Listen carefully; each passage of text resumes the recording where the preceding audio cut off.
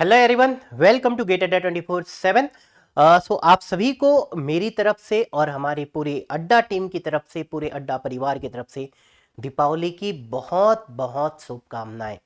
जैसा कि आप सभी को पता है कि दीपावली दीपों का त्यौहार है। आज पूरे यूनिवर्स में दीप प्रज्वलित किए जाते हैं।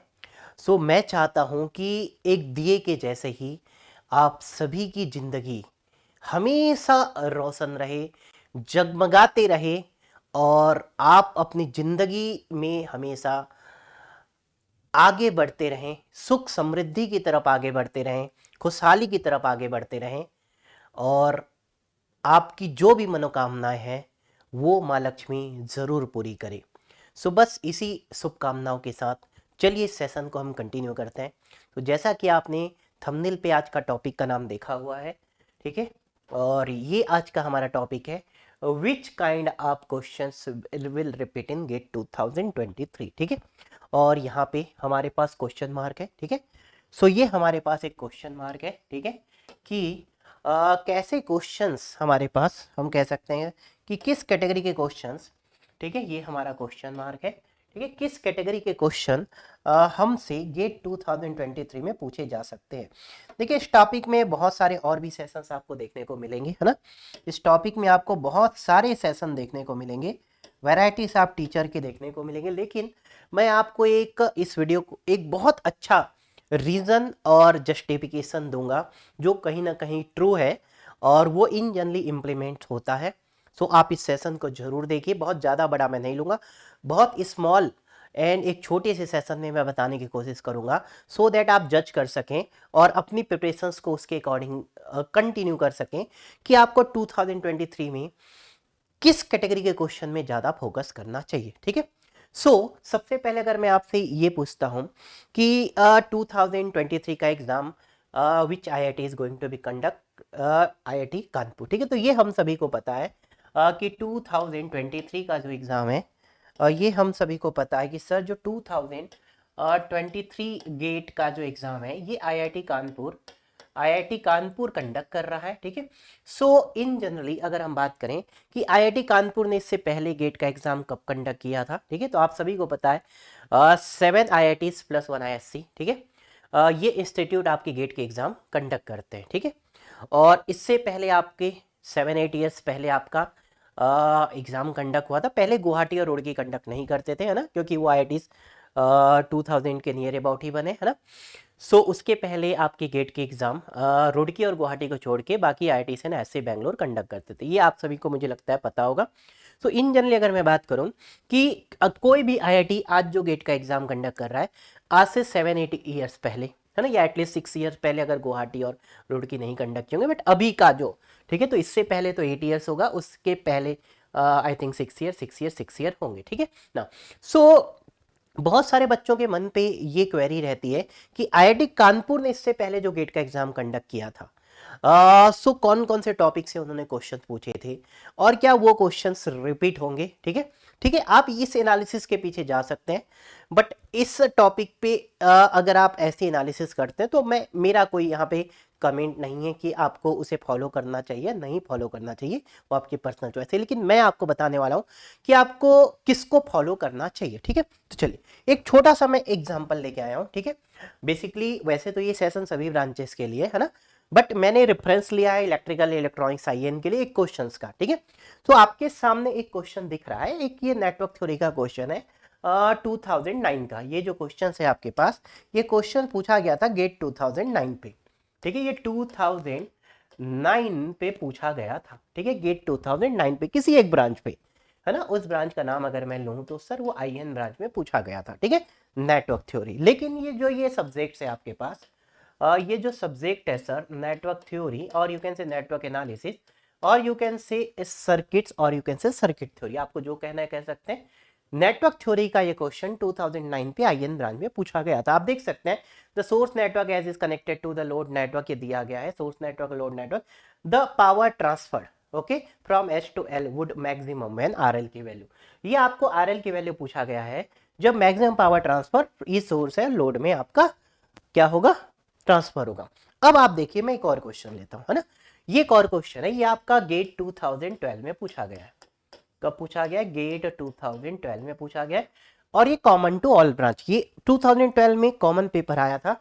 ये क्वेश्चंस आपका इलेक्ट्रॉनिक्स में भी पूछा गया है, इलेक्ट्रिकल में भी पूछा गया है और आईएन पे भी पूछा गया, ठीक है, क्योंकि नेटवर्क थ्योरी के क्वेश्चंस तीनों पेपर में कॉमन भी आ जाते हैं। ऐसा ही ये क्वेश्चन भी हो सकता है कॉमन हो, ठीक है। अभी ठीक है, तो जस्ट अभी आप इस सब्जेक्ट को लेके चलिए। नेटवर्क थ्योरी का मैं लेता हूं 2 क्वेश्चन है हमारे पास। सर क्या क्वेश्चन दोनों अलग है या दोनों क्वेश्चन सेम है? तो अगर यहाँ पे देखें, यहाँ देखिए सर्किट ए 10 वोल्ट 2 ओम है, यहाँ आप देखिए सर 10 वोल्ट 2 ओम है, ठीक है। नेटवर्क ए, इन्होंने सोर्स बोला, वहां नेटवर्क ए बोला।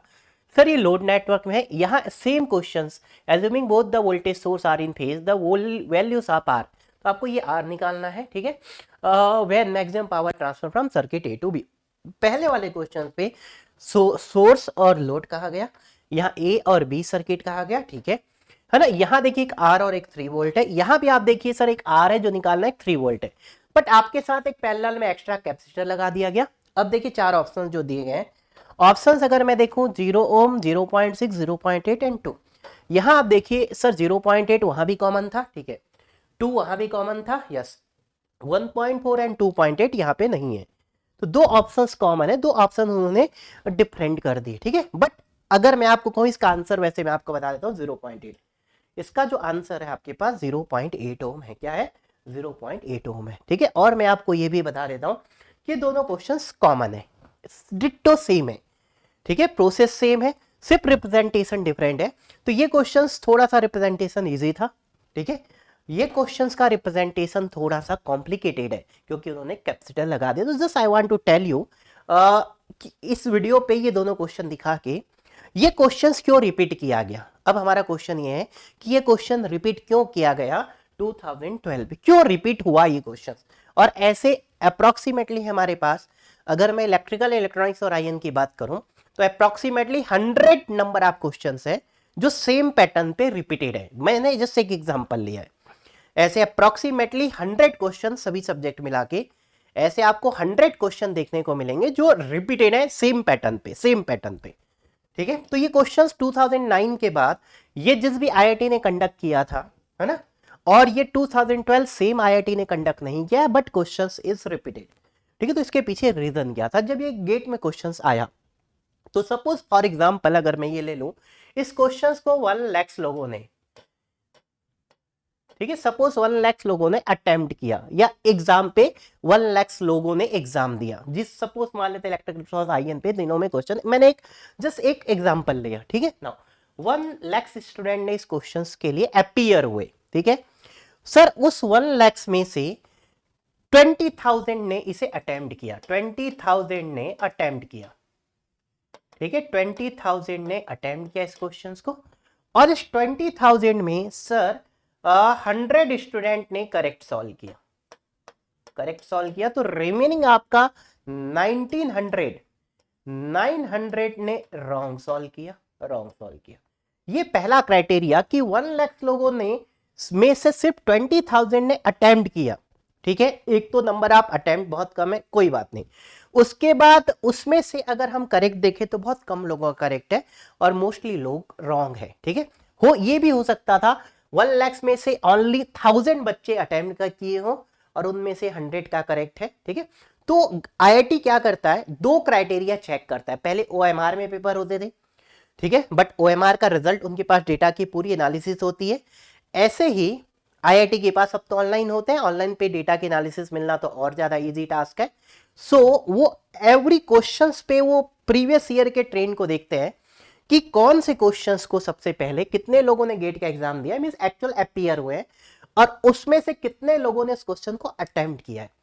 अगर किसी क्वेश्चंस को अटेम्प्ट करने वाले बहुत कम लोग हैं तो आईआईटी ये समझ जाता है कि इस टॉपिक में अभी हमारा पूरा इंडिया वीक है ना, उस टॉपिक में हमारे इंडिया के स्टूडेंट अभी वीक है। इंडिया में जितने भी बच्चे गेट का एग्जाम देते हैं, ठीक है, मतलब इस टॉपिक पे हमारे स्टूडेंट अभी वीक है अगर बहुत कम लोगों ने अटेम्प्ट किया, पहला क्राइटेरिया। दूसरा क्राइटेरिया, ठीक है, नंबर ऑफ अटेम्प्ट अगर बहुत अच्छा है या ठीक ठाक है, लेकिन उनमें से अगर करेक्ट जिन्होंने किया है उनकी अगर परसेंटेज देखें तो बहुत कम है। सो दे विल चेक 2 क्राइटेरिया कि किसी क्वेश्चंस को ऐसा कोई क्वेश्चन है जिसे बहुत कम लोगों ने अटेम्प्ट किया, और दूसरा ऐसा कोई क्वेश्चन जिसे मैक्सिमम लोगों ने रॉन्ग किया, सो उस कॉन्सेप्ट को आईआईटी रिपीट करने की कोशिश करता है। This is fact. सो उस कॉन्सेप्ट को रिपीट करने की कोशिश करता है, कॉन्सेप्ट को। आई एम नॉट सेइंग कि क्वेश्चन नेटवर्क सर्किट है तो आपको सेम टू सेम क्वेश्चन देखने को मिल चुका है ना, ये आपके पास नेटवर्क थ्योरी है तो ठीक है, बट कॉन्सेप्ट एज सर्किट तो यार उसी के जैसे रहेगी ना, लेकिन यहां तो आंसर भी सेम आ गया, ठीक है, और आपका नेटवर्क की वैल्यू भी एज इट इज सेम है, बट वो एक्चुअली कॉन्सेप्ट को रिपीट करने की कोशिश कर रहे थे।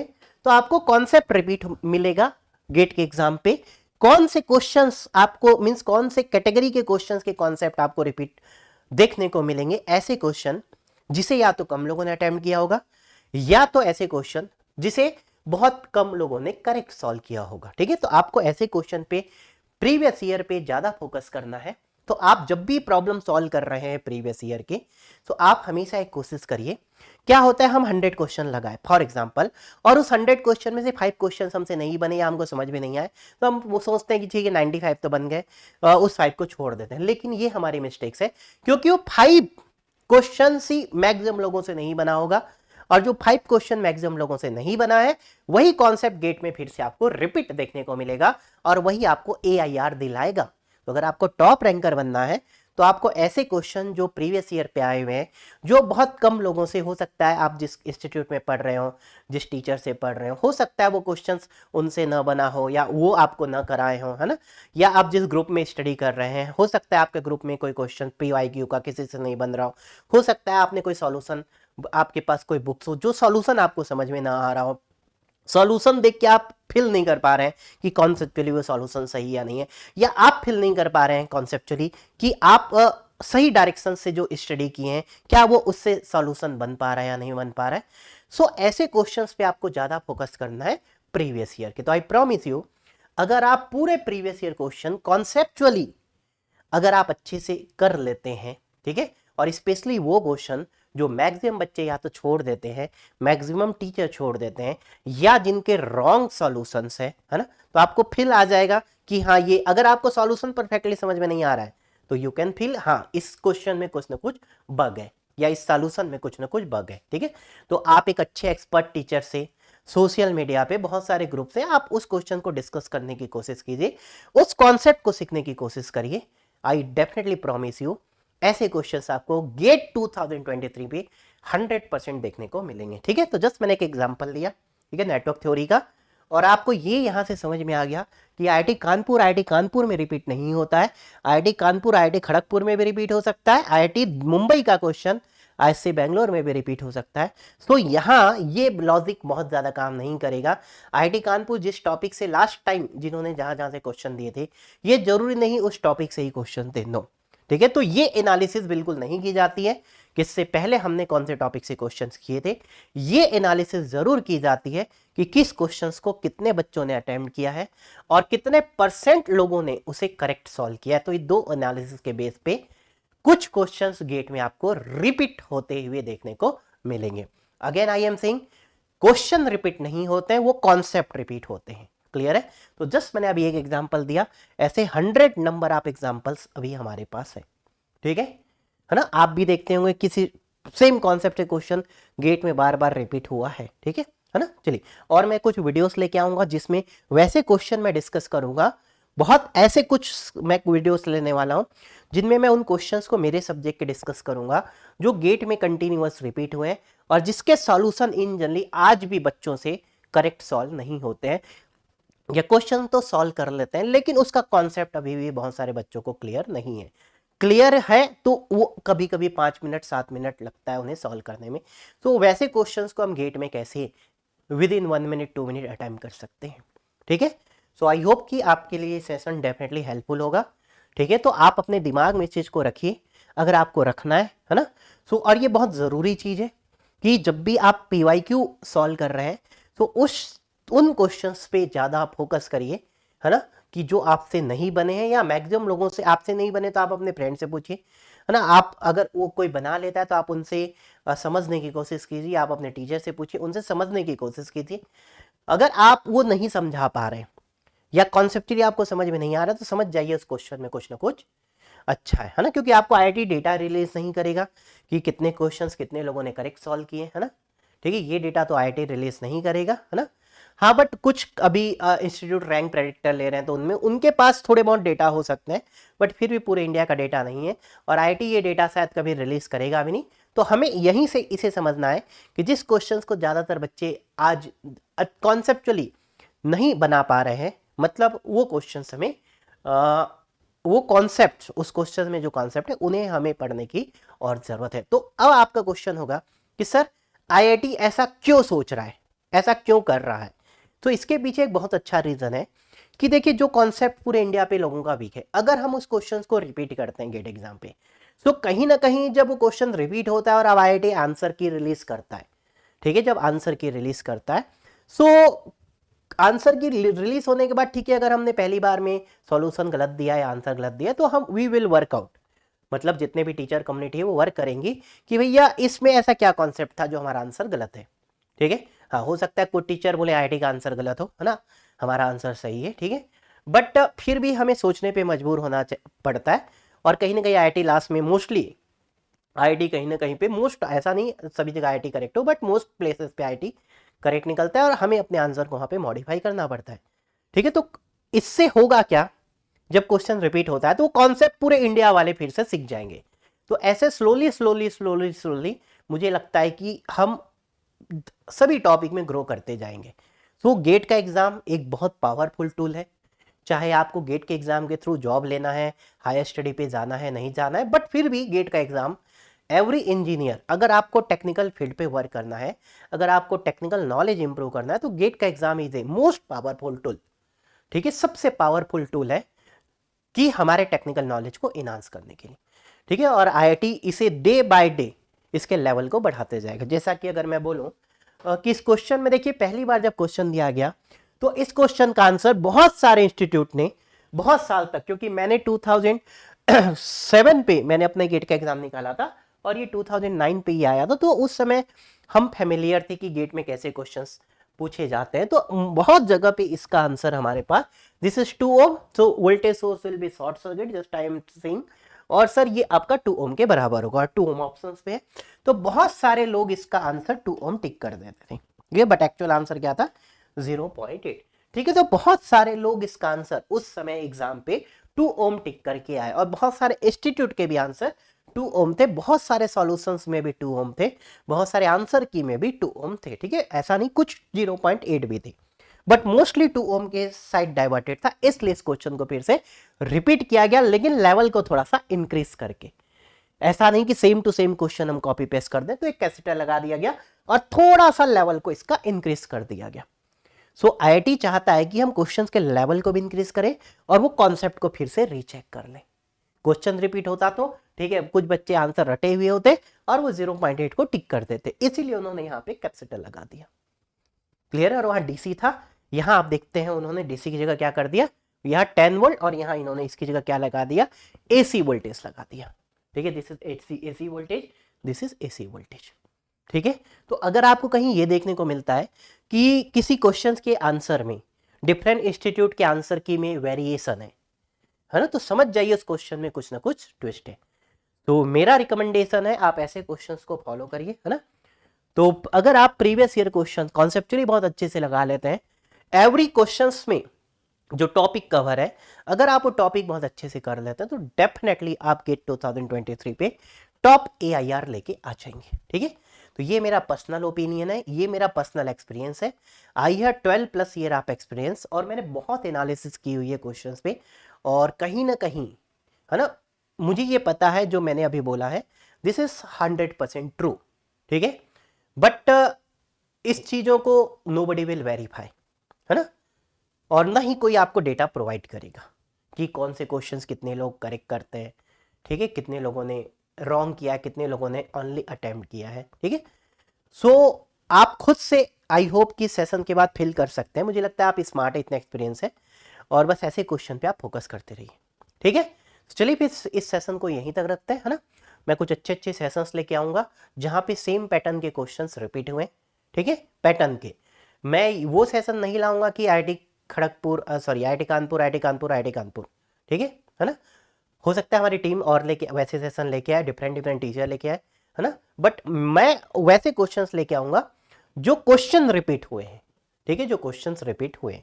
तो आपको खुद से पता चल जाएगा कि सर ये क्वेश्चन रिपीट होने के पीछे रीजन क्या था। हो सकता है जब पहली बार आप भी अटेम्प्ट किए होंगे तो आपने उस क्वेश्चन को पहली बार रॉन्ग अटेम्प्ट किया होगा, तो आपको खुद से समझ में आ जाएगा कि आईआईटीज ने इस क्वेश्चन को क्यों रिपीट किया था, ठीक है, आईआईटीज या आईएससी ने। ओके एवरीवन, चलिए फिर मिलते हैं हमारे नेक्स्ट सेशन में। बस आप एंजॉय करते रहिए, दीपावली सेलिब्रेट कीजिए, अपनी फैमिली के साथ थोड़ा टाइम स्पेंड कीजिए, ठीक है। तो मिलते हैं हमारे नेक्स्ट सेशन में। Thank you, take care, bye bye and जय हिंद।